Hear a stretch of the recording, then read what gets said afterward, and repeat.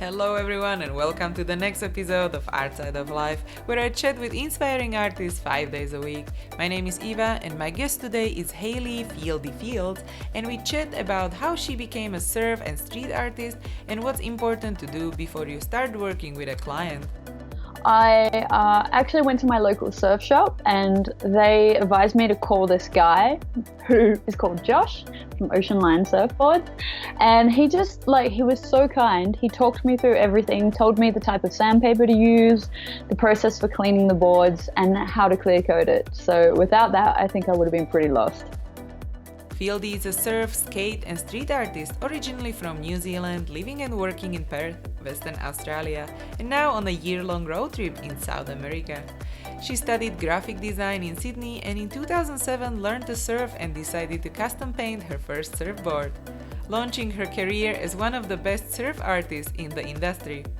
Since then, she has painted hundreds of surfboards and skateboards, murals, bowling pins, and 2.4 remote-controlled jet boat. Her popular YouTube channel, Fieldey TV, has helped her to make her star in the surf, skate and street art scene, and her unusual and cheeky wall murals are popular fixture on the street of Perth. So please welcome Hayley Fields, better known as Fieldey, and let's get to the interview.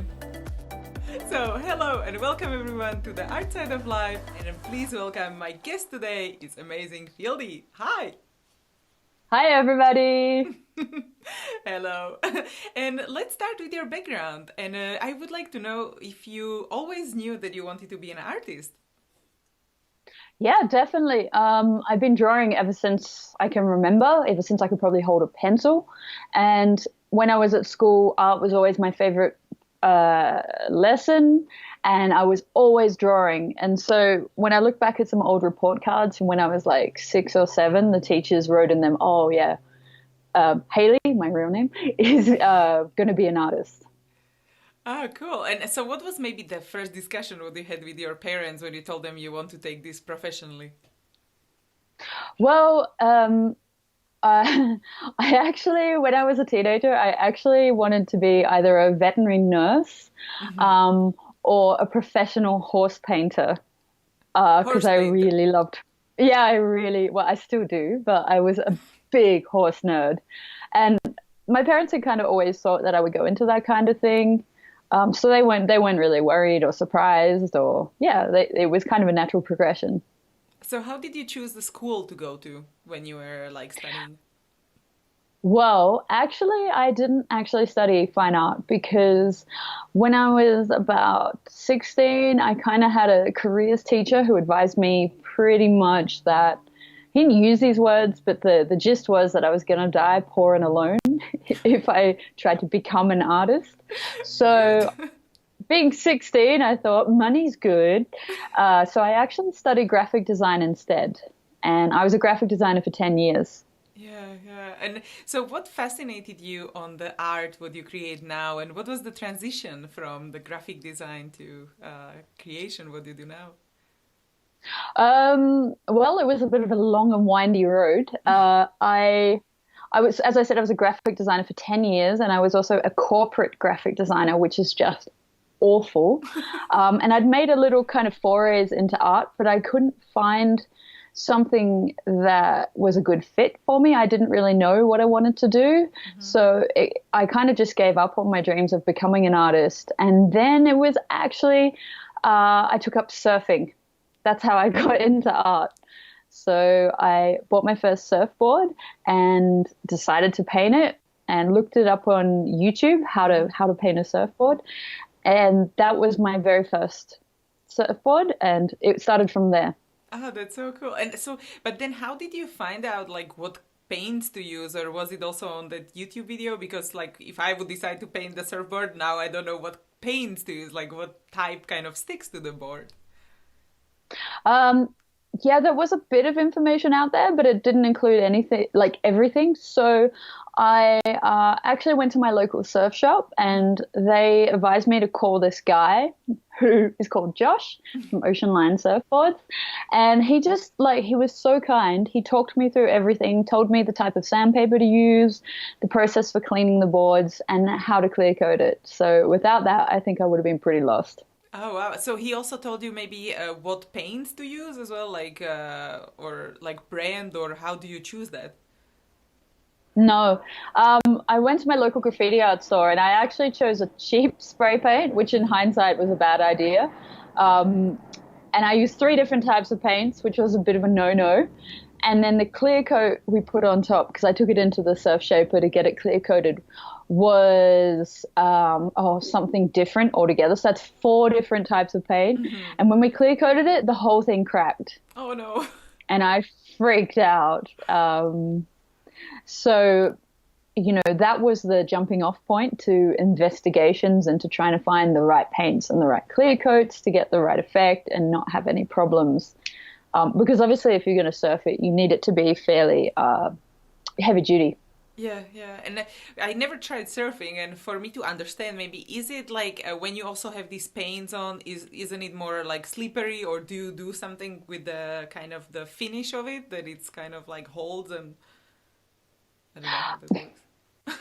That's a good question. For me, I'm not a good enough surfer for it to really matter what finish I put on it because I just surf because I love it and because it's fun. But, if you're painting something for I don't know, like a high profile performance surfer, then you might really have to consider that. I mean, some people say, oh, no, it's okay if you just leave it just the bare spray paint, which has kind of a slightly grainy texture. And they're like, oh, that actually works better. But I haven't read anything really about what is the best, like for instance, because you could use a gloss coat, which makes it really shiny and slippery, or a matte coat. I haven't read anything on what actually works better in the water. I think it's more just personal preference. Yeah, and so how many surfboards do you have now? Like something what you painted and or you have a one with your design? I have three surfboards of my own for actual surfing. And they all have one of my designs on them. And at one stage, my husband was getting really annoyed with me because we had to move house, and I had a supply of something like 14 surfboards with art on them. Uh, so yeah, that was getting annoying to have to move 14 art surfboards. But yeah, now at home I have three, just three, thank God. That's nice. And so, when you're creating your imaginary kind of worlds, or what is the inspiration, or what is the main kind of point of, stories, or how do you create your artworks? I think it really depends. It depends if it's for me and if it's something that I'm painting, it's something that interests me or that I find funny. I like to inject humor and bad puns into my work quite a lot, and I like to paint characters and people. If it's a commission, obviously it's based around what the client wants, but very much I like to inject what interests me because if you're not interested in what you're painting, then it's probably not going to be an awesome result. So, what interests you then? Oh, everything. I really love, well, as I said, I really like things that are funny. I like things that are gross quite a lot. I like a lot of my styles, obviously, really heavily influenced by old school tattoo. Um, Love pin-up culture, but I also love plants a lot. So there's always a lot of greenery in plants and living things. Obviously, everybody likes animals. I like animals too. Uh, I like really I'm really interested in things that are inside you. For instance, our organs and digestive systems and things like that, and how there's this entire hidden world that we never get to see, which is actually a good thing because I'm not sure of the circumstances in which you get to see that. But I find all that kind of stuff really fascinating. Things that are ugly can also be beautiful, I guess. Yeah, kind of how you stylize, and then it's like the different transformation of this, right? hmm Oh, that's really Yeah, I cool. like And stuff that looks pretty, and then when you get closer to look at it, you're like, oh, that's less pretty than I thought it was. So having stuff in there that's just a little bit creepy or gross, I like to, yeah, mix it up, have that kind of balance. yeah, definitely. And so, how would you advise young people who would like to try what you do now, or kind of where should they start, and maybe the tools you use now, kind of to compare it and kind of advise? Well, I've talked to young people before about this kind of stuff, about like people who are Hmm. keen to become an artist, and I think I would also recommend studying something else. So, for Hmm. instance, for me, it was really helpful to have the graphic design background, um, because that gave me some support in becoming an artist, because it doesn't obviously just happen overnight. If you want to make a living off it, is kind of what I'm talking about here, as opposed to just painting and stuff like that. It doesn't happen overnight. It took a couple of years to transition out of graphic design and into painting full time as a job. So, in some ways it might be really helpful to also study something as a kind of a supporting role that's not necessarily completely divorced from art, because graphic design, Hmm. it's not really the same, but it teaches you to learn to kind of think about things in a different way, how to present information, composition, color, and things like that, which can be quite helpful for art.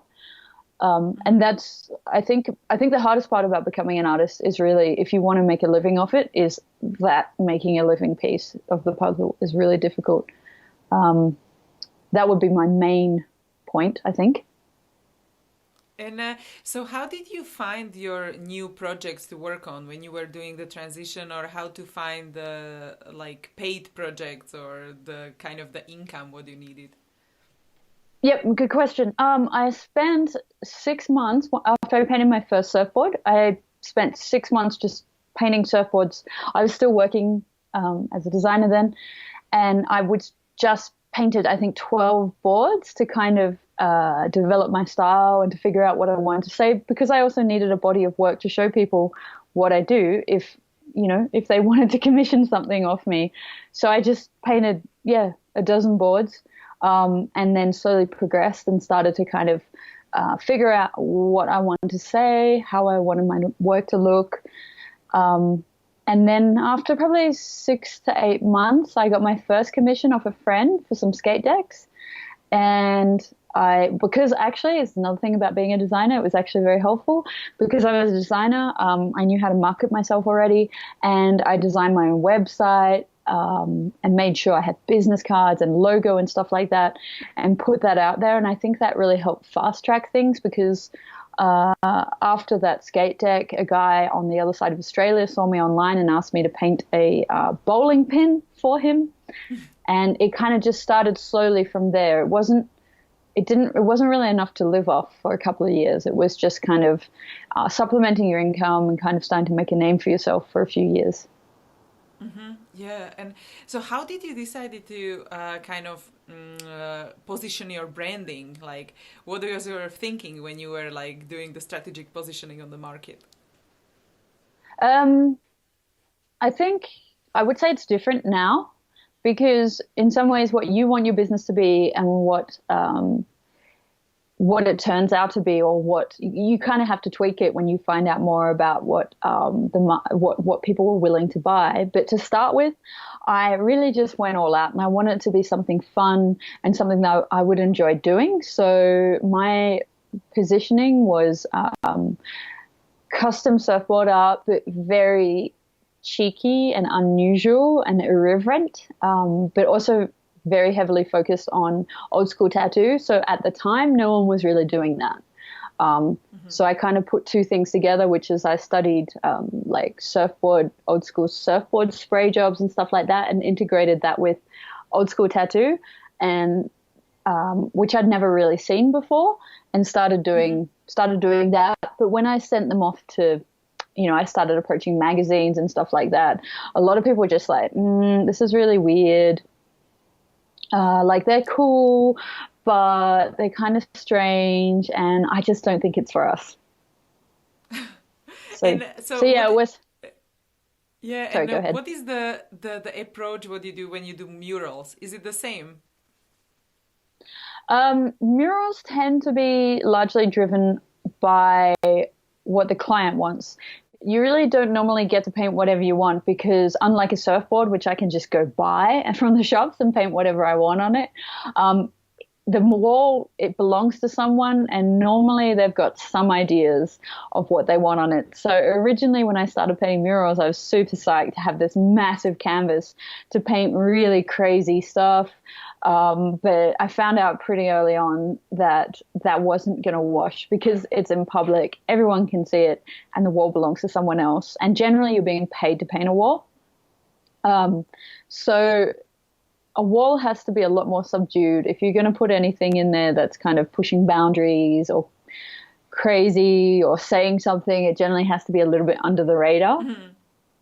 But yeah, generally with walls, I've been approached by a business or an individual, and they'll normally have some kind of idea of what they want, or even just a theme. So if it's a Mexican restaurant, which I've done a few of, it's something relating to Mexico, and I can give them some ideas of things that interest me personally. So one was a Frida Kahlo. I've done a couple of Frida Kahlo walls, and things like that. So I kind of steer them into directions where it's something obviously that I want to paint and something that I would be good at painting as well. Oh, that's really cool. I saw some of your murals and they're always like super colorful and fun. Do you have like a favorite project you worked on or something really memorable? I'm going to need to think about that for a minute. Favorite project? Oh yeah, I had a mural. I think it was just the funniest one. I had a mural that I was painting in a part of Perth that has a high population of immigration, and I painted it's a shark with a four-armed mermaid riding on it, a big great white shark. It's like 2 stories tall, and in the background I had like a ray pattern, like of just like sun rays coming out, just as a quick way to kind of cover a background. And a guy walked up to me, a local guy, and he's like,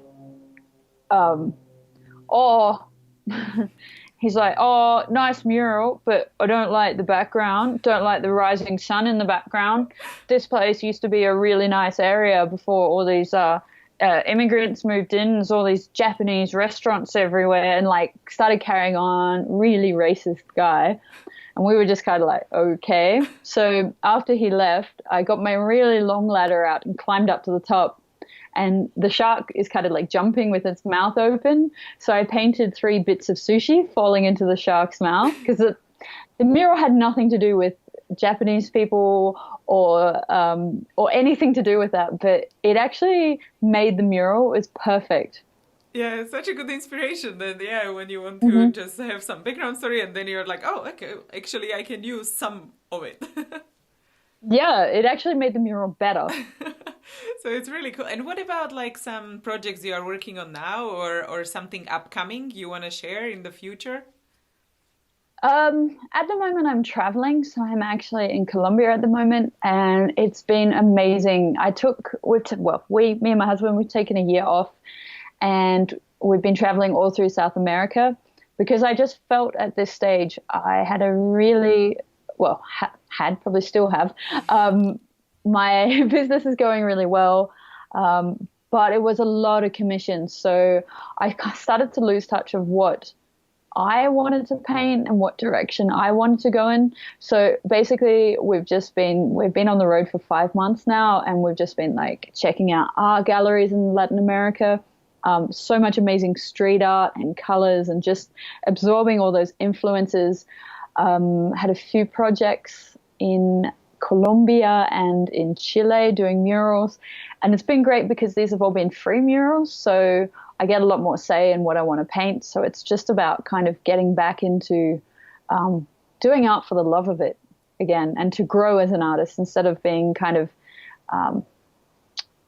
not forced, because it makes it sound terrible, but instead of kind of feeling that you have to always work for other people and do what they want you to do, which is a really good thing, and it's a privilege to be able to make money out of it. But after a while, you can find yourself painted into a corner. Yeah. Because then the inspiration doesn't come as easy as maybe when you started, because it's a different motivation, and so it's just a different approach. Exactly. And it's kind of like, hey, can you paint a pretty girl doing this? And it's just like, pretty girl number 250. Yeah, which is still fine. And it was awesome to get so many commissions early on to help develop I was being paid to help develop my style, which was amazing and a really privileged position to be in. But I kind of felt like now I've reached a stage where I know how I like to paint, but I think I need to start pushing it further. So I needed to just take some time off to get some new inspiration and see the world and see what's out there, and then keep painting. And so if someone would also want to do like this year of travel, do you have some cool tips what you kind of found out, like what to do and maybe what not to do? Oh, okay. Well, we bought a car in Chile, in Santiago, and drove up. We're in Colombia now, obviously, I might have said that. And the whole trip's probably going to be a year in total. And I would definitely recommend, we don't have to, I mean, everybody's different, but it's been really helpful for me to push my boundaries. There's been times where I've had problems with anxiety and stuff like that on the road, but just putting yourself out there, meeting new people has been amazing. Coming across things on the street, like in Chile, we came across this really cool paste up on the wall, but it was made of like somebody had actually sewn yarn into paper and then done a paste up in kind of like the native indigenous style. And I was like, that is such a cool idea. So it's just like, it reignites your curiosity for the world again. I don't know that I'll ever use that particular thing, but there's certain color combinations and murals and stuff that I've seen, and I'm like, wow, I never thought of doing that.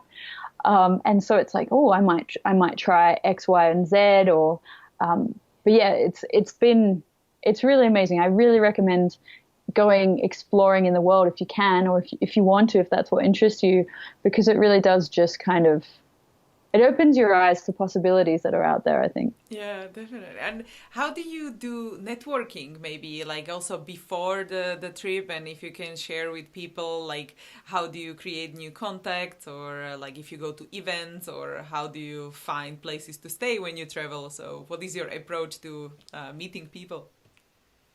Well, the first few months we actually kept it pretty quiet because things like buying the car and stuff like that was an absolute nightmare.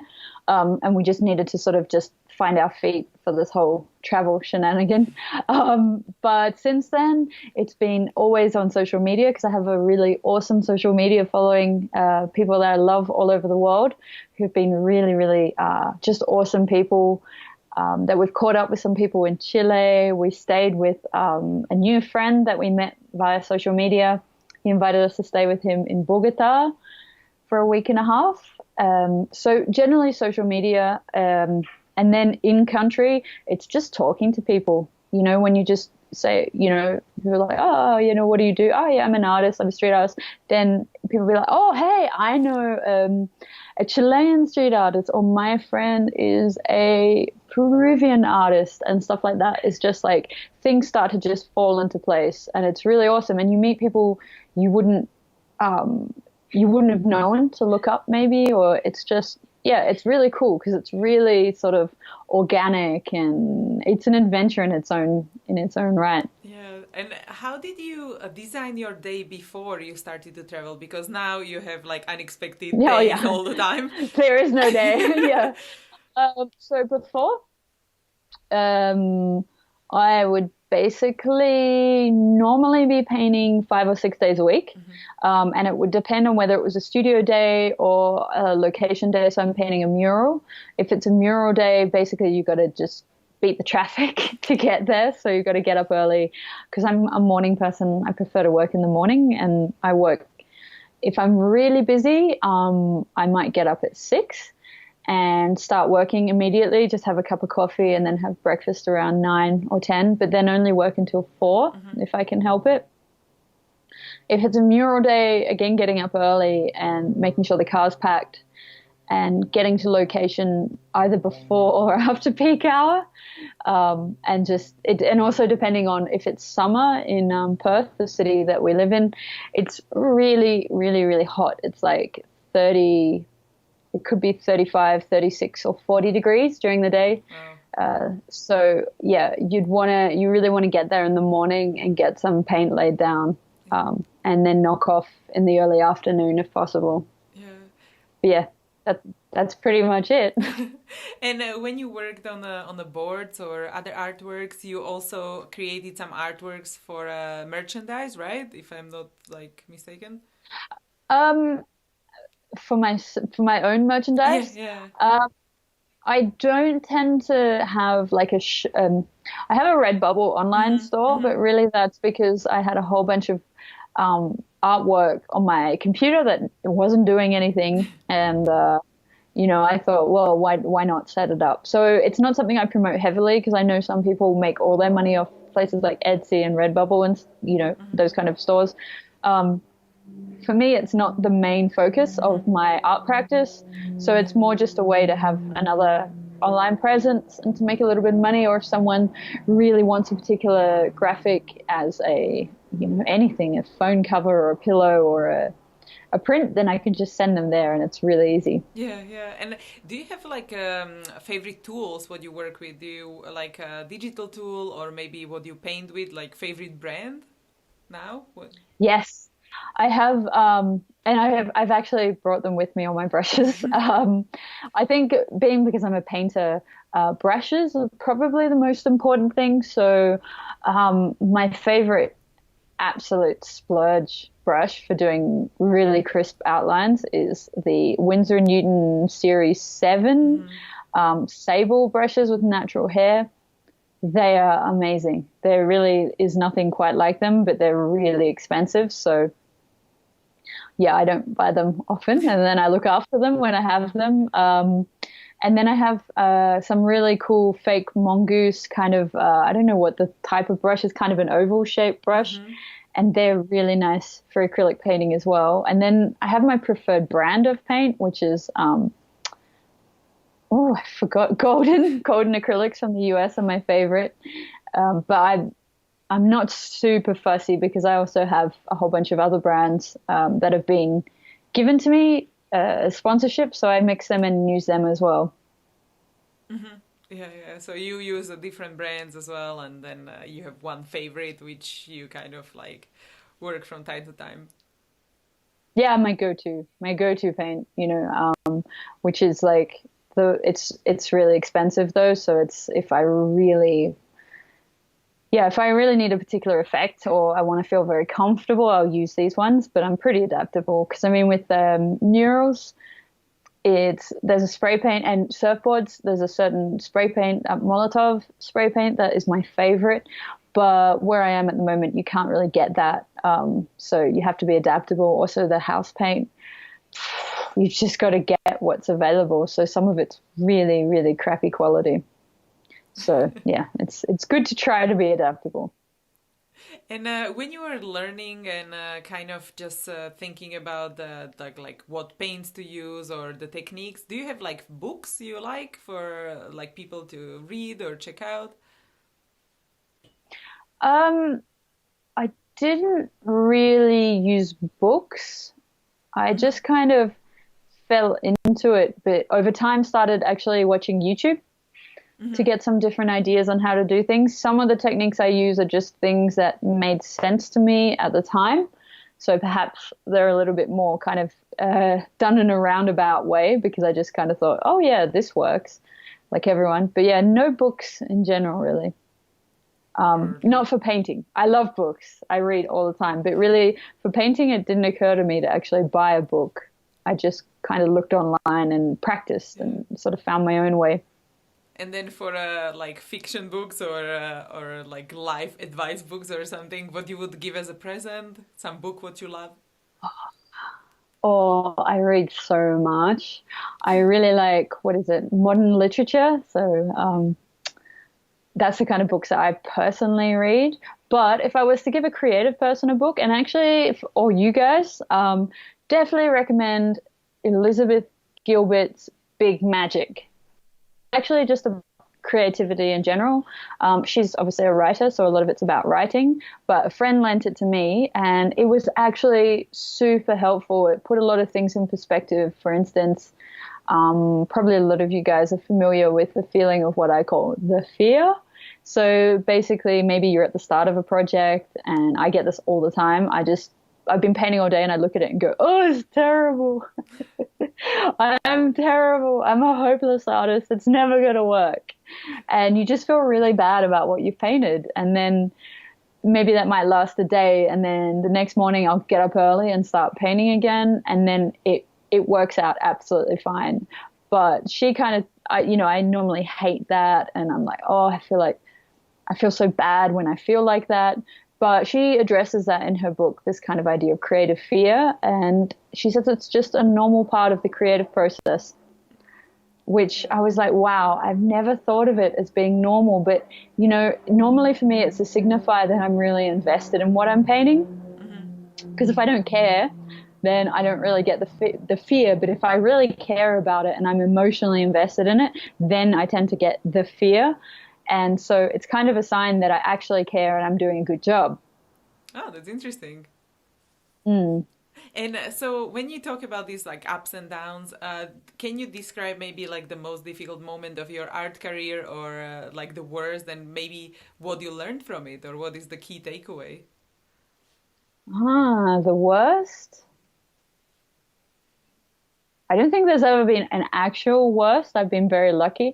There's been a couple of times where the client there was like a miscommunication from the start. There was one worst time. I didn't even start working on it though. It was the biggest project I'd ever had. I'd only been working in it it was only within my first year. And I was approached by a massive international company.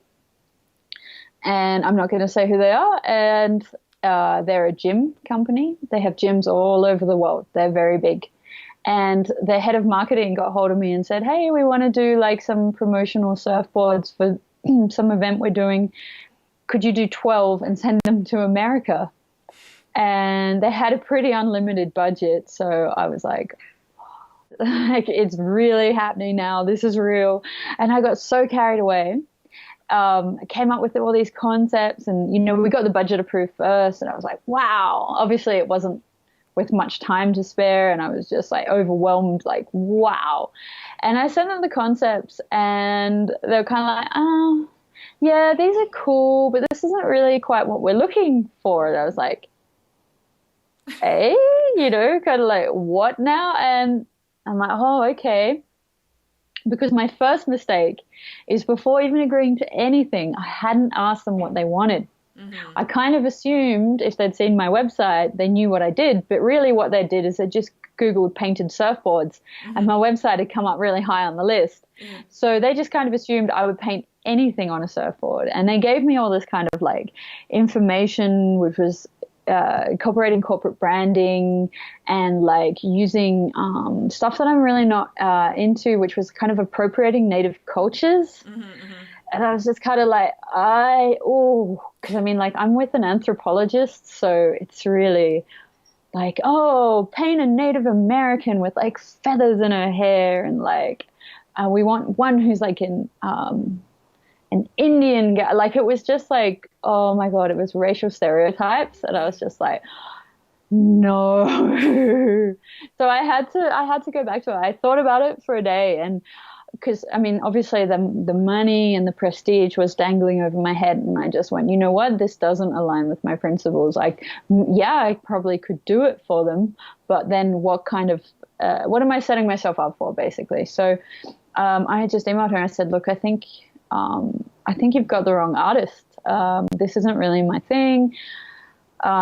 So what I arranged then was to project manage it, because they had their own design team anyway. So I basically said, look, how about you guys design what you want on the surfboards, and I'll project manage. I found a surfboard shaper in a landlocked state in the US to make the surfboards and arrange to get them printed. So I basically project managed the whole thing for them instead, for obviously a lot less money. But because I couldn't leave them in the lurch with no other alternative, but at the same time, for my own principles, I didn't feel comfortable with the project. Yeah. But it makes sense that you also offer them like different approach, that you still like solve the problem somehow. Exactly. Okay, you want to know what I learned? What I learned was number one, always make sure before you talk money or anything else that they know what you do and that you guys are on the same page for the project or for the artwork about what you want to do. And the second thing is if you have to, it's totally okay to say no to stuff. But for my personal thing, I pride myself on being someone who's easy to work with and find solutions. So finding another solution that I could give them. Worked out really well. They were really happy with that.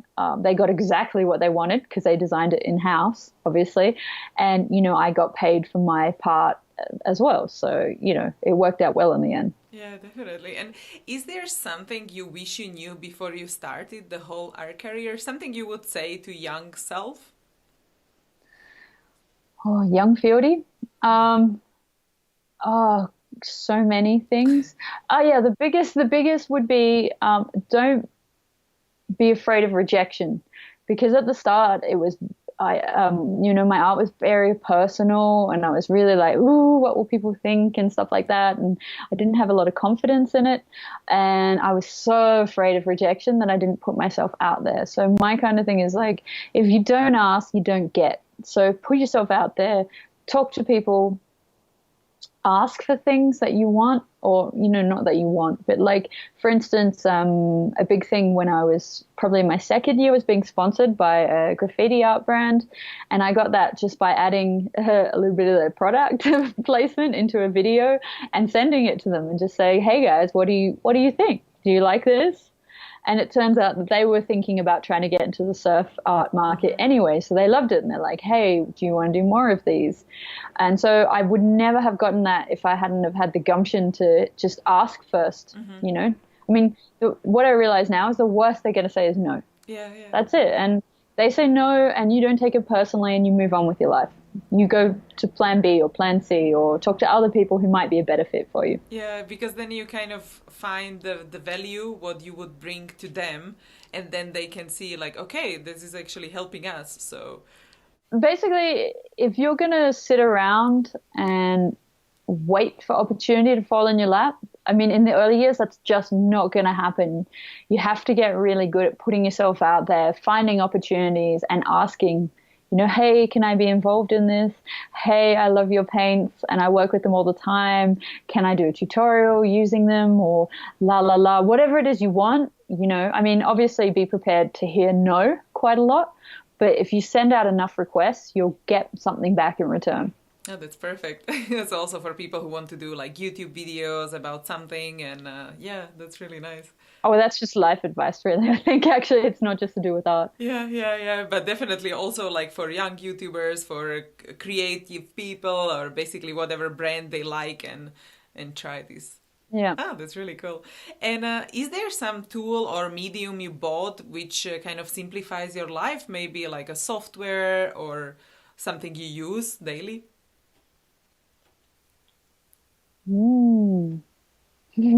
Google Calendar. Yeah,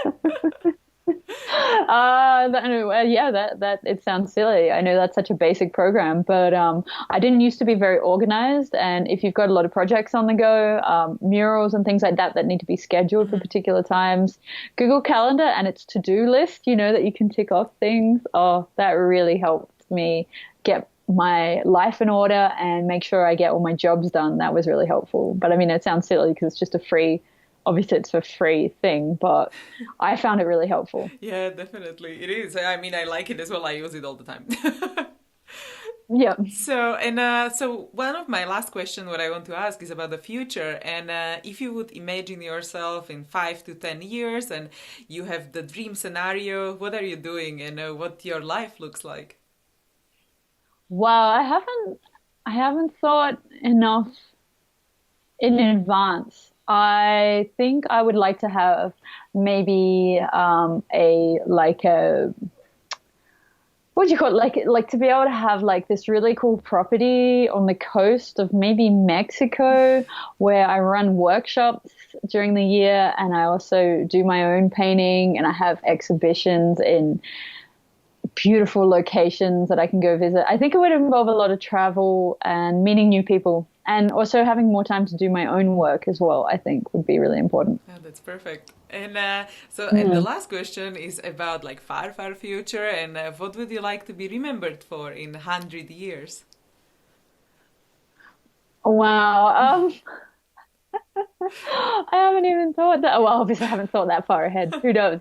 Um, I think a little bit closer to home, like when I started doing the tutorials on YouTube, I really didn't think too hard about it, the effect it would have on other people. But since then, I've had people message me and say stuff like, "Hey, Fieldey, thank you so much for the tutorials. You're the reason I picked up my paintbrushes for the first time in 3 years. And I started painting again because of you," and stuff like that. And that is, I think, what I really love about it is like if someone's going to watch one of the tutorials and it's going to inspire them to get into art, or to, like I used to be, I'd put down my brushes and I'd kind of given up on an idea of an art career. And so if my story or my tutorials are going to help them kind of realize that for themselves, then that I think would be a really exciting kind of thing to have left behind, Yeah. when I'm gone. That's perfect.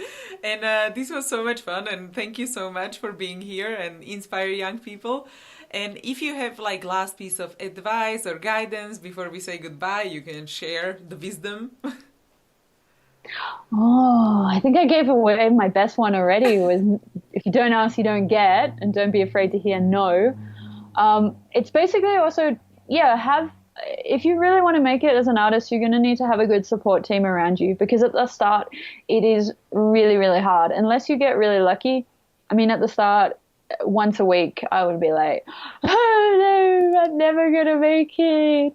Oh, I'm a terrible artist. This is never gonna happen." And it was only having people around me, particularly my now husband, Mitch, who would just be like, no, you keep painting. You're gonna be fine. You'll make it. And people around you that believe in you and that can support you, but that will also give you, not only will they be supportive, but actually give you real advice. So for instance, it's really helpful that he would look at artworks and say, "Oh, it's good, but there's something a bit wrong with the eye," or you need people who are going to support you but also give you some real feedback, because you actually need real feedback to develop as an artist, not just nice stuff but also like constructive criticism. Yeah. Oh, super great. And I'm super happy again that you are here, and thank you again so much for inspiring people. Oh, thank you so much for having me. It's been a lot of fun. Ah, super cool. And thanks everyone for joining, and see you in the next episode. Bye. Hey guys, if you enjoyed this video, don't forget to give it a thumbs up and let me know in comments. Also, please subscribe to my channel for more videos, because I post new interview every single workday. You can also find the resources mentioned in this episode at artsideoflife.com. Just type a guest name in the search bar. There is also a little freebie waiting for you, so go check it out. If you want to listen to the interviews on the go, make sure to check out the podcast episodes at artsideoflife.com/podcast. Thank you so much for watching. I really appreciate you, and don't forget to inspire each other. I will see you guys in the next episode.